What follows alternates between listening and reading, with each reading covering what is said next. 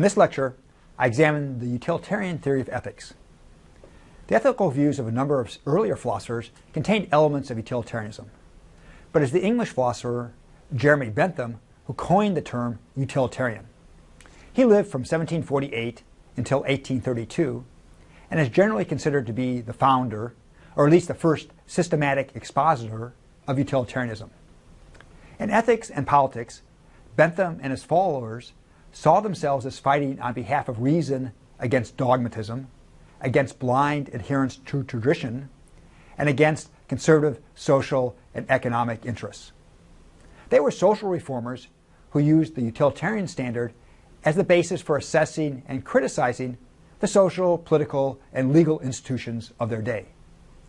They rejected many of those institutions as backward or even harmful, and they dismissed much of the accepted morality of their day as unenlightened, prejudiced, and repressive. Among Bentham's followers were his friends James Mill and Mill's son, John Stuart Mill, who lived from 1806 until 1873. John Stuart Mill went on to become the most important English philosopher of the 19th century. Ardently interested in economics and public affairs, he was a staunch defender of utilitarianism and used the doctrine to champion individual liberty and the rights of women. The basic utilitarian standard. Although later in this lecture I will consider another form of utilitarianism known as rule utilitarianism, here I am concerned with the most common and basic version of utilitarianism, which is often called act utilitarianism. It asserts that an action is right if and only if it brings about at least as much net happiness as any other action the agent could have performed. Otherwise, the action is wrong. Let me repeat that definition and then look at it more closely.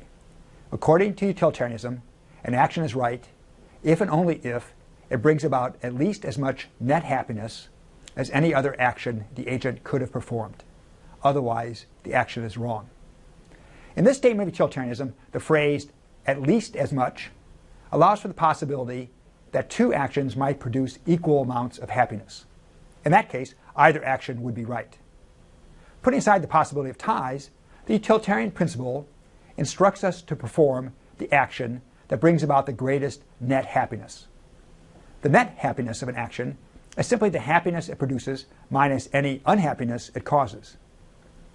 Utilitarians are interested not just in the positive results of actions, but in their overall outcome. Finally, the theory states that if an action is not right, then it is wrong. This tallies with the way most people use the words right and wrong. Utilitarianism is a simple, bold, and direct ethical theory. It takes happiness as its standard and uses it to assess the morality of the actions we perform. We act rightly when we bring about as much happiness as it is possible for us to bring about. When we are deciding how to act in a given situation, utilitarianism instructs us to assess the consequences of each of the various actions we could perform, including doing nothing at all. In addition to their immediate results, we must consider any long-term consequences and any indirect repercussions that these alternative actions may have. For example, lying might seem a good way out of a tough predicament, but the people you deceive find out, not only will they be unhappy, but your reputation and your relationships with them will probably be damaged. In assessing actions, we must take into account not only their consequences for us, but also their consequences for other people. The utilitarian standard is not egoistic, but universalistic, because we are to consider the happiness or unhappiness of everyone affected by our actions, with no person's happiness or unhappiness being given more value than another's. We are to count the consequences to ourselves, whether good or bad, as having the same weight as the consequences to others. We are not to ignore our own happiness, but neither are we to treat it as more important than the happiness of anyone else. Each to count as one, and no one as more than one. That was Jeremy Bentham's motto. Utilitarianism tells us to sum up the various good, bad, or indifferent consequences for everybody of each possible action we can perform, and then to choose the action that brings about the greatest amount of happiness. This is the action that is morally right and hence required of us. As mentioned, if several mutually exclusive actions have equally good outcomes, and nothing we could do would have better results, then although there is no single right action, we act rightly as long as we choose one of them. Thus, utilitarianism states that we should always act so as to maximize happiness. It holds, in other words, that in whatever situation we find ourselves, the morally right course of conduct is that course of conduct, whatever it is, that brings about the most happiness. Utilitarianism thus represents a consequentialist or teleological, that is, goal-oriented, approach to right and wrong. Consequentialism is the thesis that the rightness and wrongness of an action is a function of its results or outcome.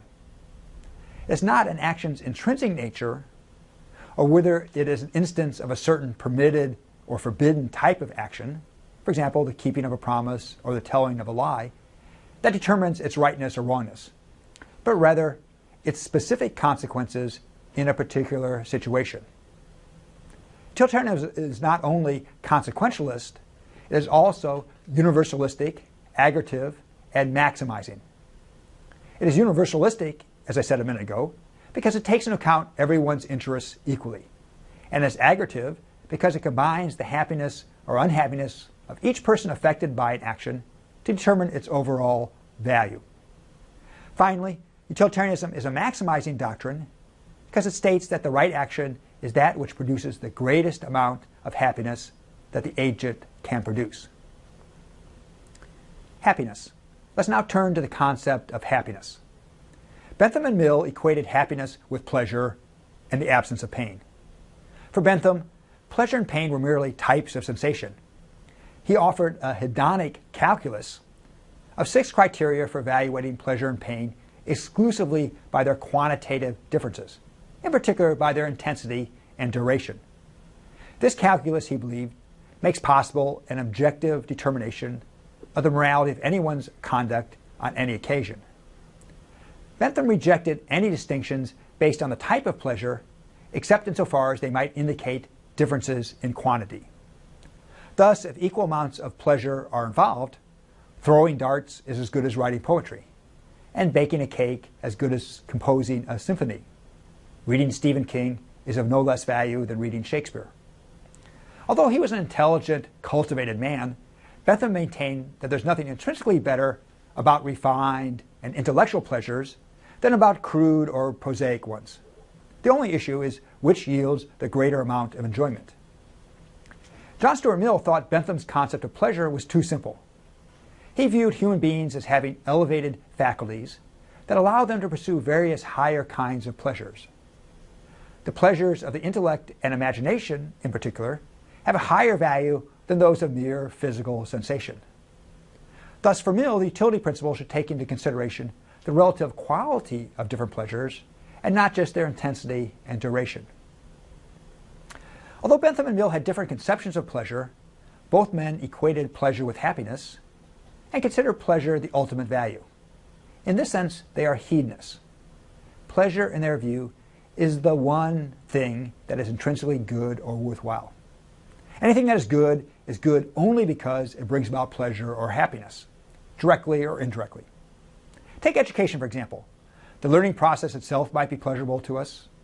Reflecting on or working with what we have learned might bring us satisfaction at some later time. Or by making possible a career and life that we could not have had otherwise, education might bring us happiness indirectly. In contrast, critics of Bentham and Mill contend that things other than happiness are also inherently good. For example, knowledge, friendship, and aesthetic satisfaction. The implication is that these things are valuable even if they do not lead to happiness. Bentham and Mill were concerned with happiness, I believe, because they implicitly identified it with well-being, that is, with what is good for people. In their view, our lives go well, we have well-being, just to the extent that our lives are pleasurable or happy. Few utilitarians these days identify happiness with pleasure, and many of them acknowledge that there may be more to well-being than happiness. For them, the goal of utilitarianism is to maximize human well-being, whether or not one understands this in terms of happiness. For convenience, however, I shall go on using the words happiness and well-being as broadly synonymous. two further points about utilitarianism. To avoid possible misunderstandings of utilitarianism, let me clarify or elaborate on 2 points. First, actions can have both good and bad results. Utilitarianism does not tell us to choose the action that has as part of its outcome the single effect with more happiness than any other effect we might have produced. Rather, it tells us to choose that action, the net outcome of which, taking into account all of its effects, is the happiest or the least unhappy. It's almost certainly impossible to measure happiness and unhappiness with mathematical precision. But to illustrate this point, let's pretend that we can. Imagine then that a particular action would produce 8 units of happiness and 4 units of unhappiness. Its net worth would thus be 4 units of happiness. An opposed action, let us imagine, would create 10 units of happiness and 7 units of unhappiness. The net worth of this action would be only 3 units of happiness. In this case, utilitarianism implies that we should choose the first action over the second. In the event that both actions lead not to happiness, but to unhappiness, and there's no third option, we should choose the action that brings about the fewest units of unhappiness. The second point worth making here is that actions affect people to different degrees. Your playing your stereo loudly might bring slight pleasure to 3 of your neighbors, cause significant discomfort to 2 others who do not share your taste in music or who are trying to concentrate on something else, and leave a 6th person indifferent. The utilitarian theory is not that each individual votes on the basis of his or her happiness or unhappiness, with the majority ruling, but that we add up the various pleasures or pains, however large or small, and go with the action that results in the greatest overall amount of happiness. Because any action will affect some people more strongly than others, utilitarianism is not the same as majority rule.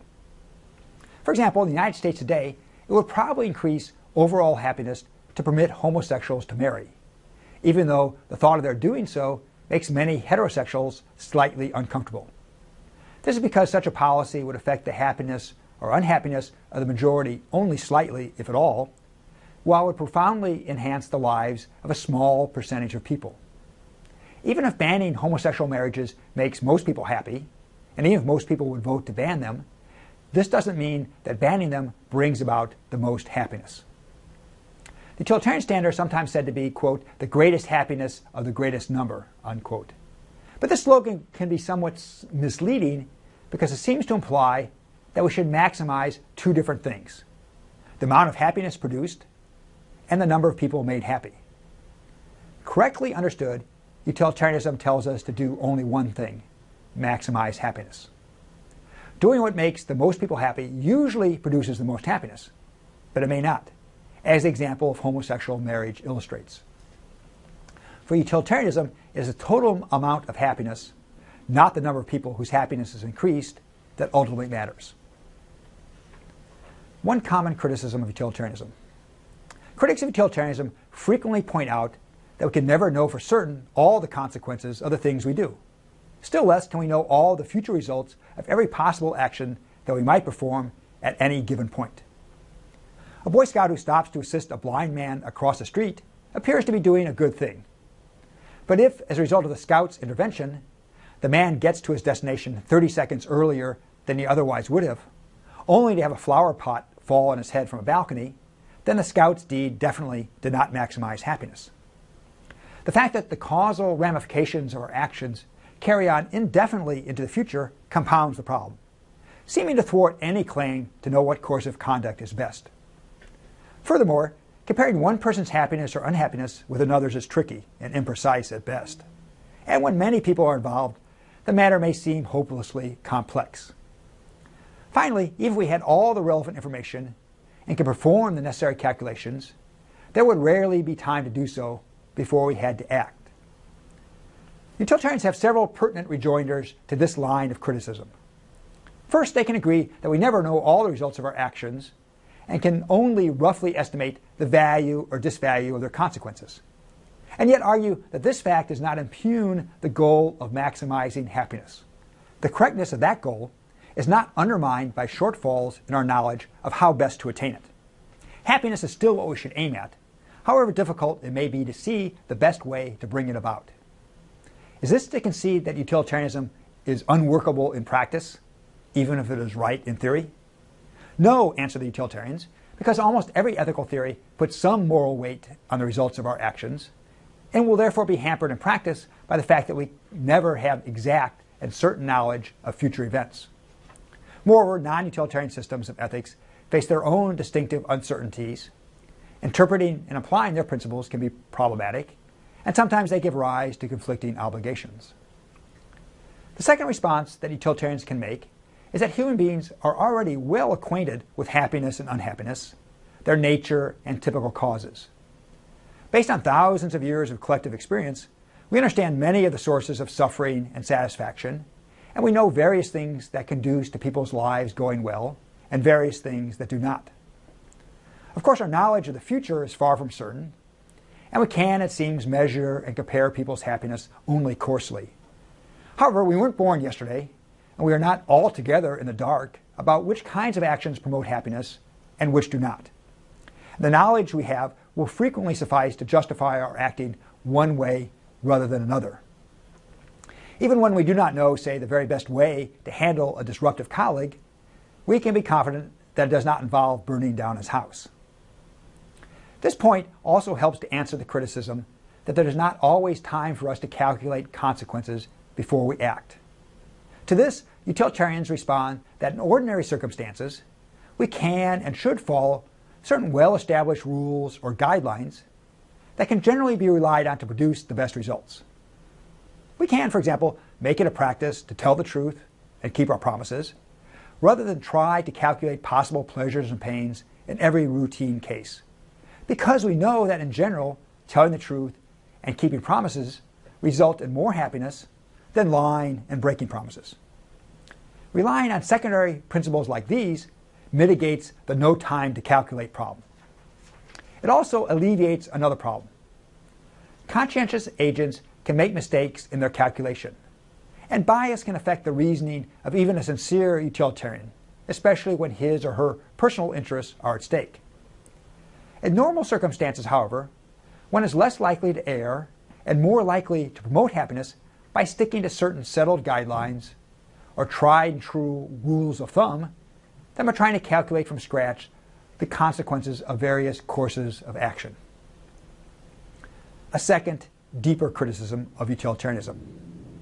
Even if utilitarianism surmounts these practical objections, its critics identify a deeper problem with the theory. Utilitarians evaluate actions according to their consequences, and actions produce different results in different circumstances. It follows that if the situation is unusual enough, an action that would normally be considered reprehensible might be the morally right thing to do. For example, although taking people's property without their permission generally produces unhappiness, circumstances might occur in which stealing something would, on balance, produce the best results. If so, utilitarianism would require us to steal.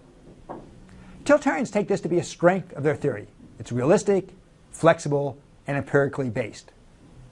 Right and wrong, they contend, should be a function of the way the world really is, of what will or will not produce good results in any given situation. If doing something that usually causes unhappiness would in fact produce happiness in the present circumstance, then that is what one should do.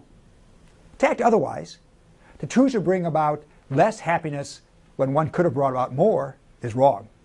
It is simply benighted, utilitarians argue, to close one's eyes to the way things actually are and to follow customary moral rules without regard to the actual effects of our actions.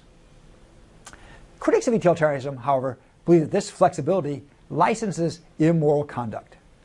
Sometimes, they contend, the means are not justified by the ends they are intended to promote. Consider the frequently discussed deathbed promise case. The case is imaginary, a kind of thought experiment, but it illustrates well some important features of utilitarianism. An elderly woman living alone in poor circumstances with few friends or relatives is dying, and you are at her bedside. She draws your attention to a small case under her bed, which contains some mementos along with the money she has managed to save for years, despite her apparent poverty. She asks you to take the case and to promise to deliver its contents after she dies to her nephew living in another state. Moved by her plight and by your affection for her, you promise to do as she bids. After a tearful goodbye, you take the case and leave. A few weeks later, the old woman dies, and when you open her case, you discover that it contains $50,000. No one knows about the money or the promise that you made. This is an improbable situation, to be sure, but not incomprehensible or totally impossible. Now suppose further that the nephew is a compulsive gambler and heavy drinker, and then you know that if you were to give him the $50,000 as promised, he would rapidly squander the money. How can you confidently know this? Perhaps, someone might suggest, the money would enable him to sober up and turn his life around. Perhaps so. After all, one can make up stories however one likes. But the way the deathbed promise story goes, the nephew really would waste the money, and you know it. Suppose also that instead of giving the money to the nephew, you could anonymously donate it to a local orphanage, enabling it to build a swimming pool and a clubhouse that would bring a lot of happiness to many children for years to come. Or if you wish, imagine some other use for the money that would bring even more happiness. For example, donate it to an organization that looks after babies who are born addicted to crack cocaine. Now, what is the morally right thing to do with the money? Should you give it to the nephew or to the orphanage? Assuming that the facts are as we have imagined, for a utilitarian the answer is simple. Give the money to the orphanage. For several utilitarian reasons, it is normally wrong to break a promise. The promisee will be disappointed. He or she will be less ready to count on you in the future, and the incident may damage your future relationship with the person. Further, when other people learn what you did, your reputation may suffer, and your action may even erode somewhat the larger social practice of making and trusting promises. However, these sound utilitarian reasons for keeping promises do not apply in this case because the promisee is dead and no one else knows about the promise. To keep the promise and give the money to the nephew, or to hang on to the money yourself, would be wrong because it brings about less happiness than you could have brought about by donating it to the orphanage. The utilitarian position here seems to clash with common sense morality, or at least with what many people think would be right. For one thing, promise breaking is usually considered wrong, even if it goes undetected.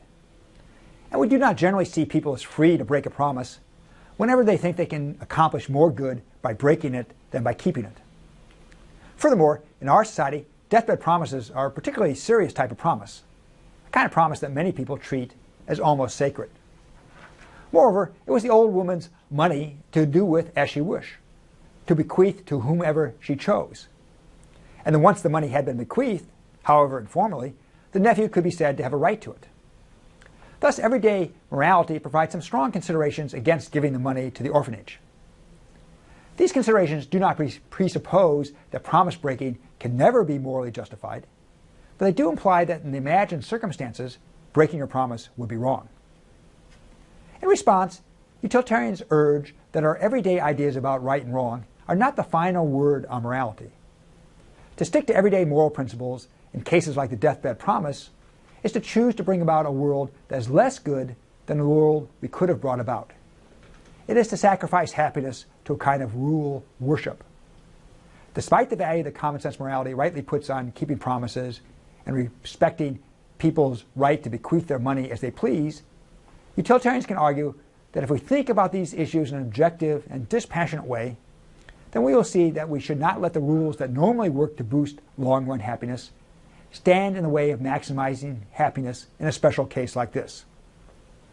In this way, utilitarians exhort us not to confuse ordinary moral guidelines like keep your promises with the real goal of moral conduct. Rule utilitarianism. Talk of rules and guidelines brings us to a different form of utilitarianism called rule utilitarianism, to which I would now like to turn. Until now, my lecture is focused on utilitarianism in its standard or classic form called act utilitarianism. According to act utilitarianism, as we have seen, we have one and only one moral obligation, the maximization of happiness for everyone concerned, and every action is to be judged according to how well it lives up to the standard. By contrast, rule utilitarianism maintains that the utilitarian standard should be applied not to individual actions, but to moral codes as a whole. The rule utilitarian asks what moral code, that is, what set of moral rules, a society should adopt in order to maximize happiness. The principles that make up that code would then be the basis for distinguishing right actions from wrong actions. In other words, to know what is right and wrong, we need to know what actions would be permitted or forbidden by the system of moral rules that would be optimal for a given society. The optimal moral code does not refer to the set of rules that would do the most good, everybody conform to them all the time. The meaning is more complex. The optimal moral code must take into account what rules can reasonably be taught and obeyed, as well as the cost of inculcating those rules in practice. Rule utilitarians must consider not just the benefits of having people motivated to act in certain ways, but also the cost of instilling those motivations in them. Thus, the optimality of a moral code encompasses both the benefits of reducing objectionable behavior, but also the long-term costs of doing so. Perfect compliance is unlikely to be a goal of the optimal moral code, any more than is likely to be a goal of a good legal system, because the cost of producing 100% compliance with all rules would be so high. Some utilitarian thinkers in earlier centuries adopted or came close to adopting rule utilitarianism, although they did not call it that. For example, the 19th century legal theorist John Austin wrote, quote, "Utility should be the test of our conduct ultimately, but not immediately. Our rule should be fashioned on utility, our conduct on our rules," end quote. This accords well with the rule utilitarian idea that we should apply the utilitarian standard only to the assessment of alternative moral codes. We should not try to apply it to individual actions. That is, we should seek to determine the specific set of principles that will in fact best promote total happiness for society. Those are the rules that we should promulgate, instill in ourselves, and teach to the next generation. Rule utilitarians argue strenuously that the ideal or optimal moral code for society will not be the single act utilitarian command to maximize happiness. They contend that teaching people that their only obligation is to maximize happiness would not in fact maximize happiness. First, people will make mistakes if before every action they perform, they try to calculate the results of each and every thing they might possibly do. Second, if all of us were act utilitarians, such practices as keeping promises and telling the truth would be rather shaky, because people would only keep promises or tell the truth when they believe that doing so would maximize happiness. Thus, we could never be sure how they will act. Third, the act utilitarian principle is too demanding because it seems to imply that each of us should continually be striving to promote total well-being without ever taking a break. For these reasons, rule utilitarians believe that more happiness will come from instilling in people a pluralistic moral code, one with a number of different rules or principles. By analogy, imagine a traffic system with just one rule: drive your car in a way that maximizes happiness.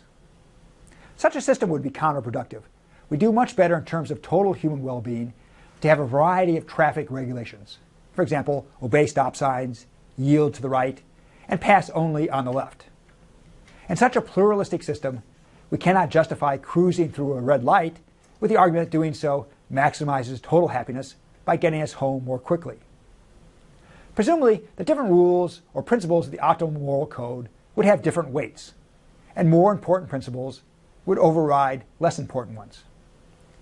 It would make sense, for example, to instill in people an aversion to killing that is stronger and deeper than the aversion to telling white lies.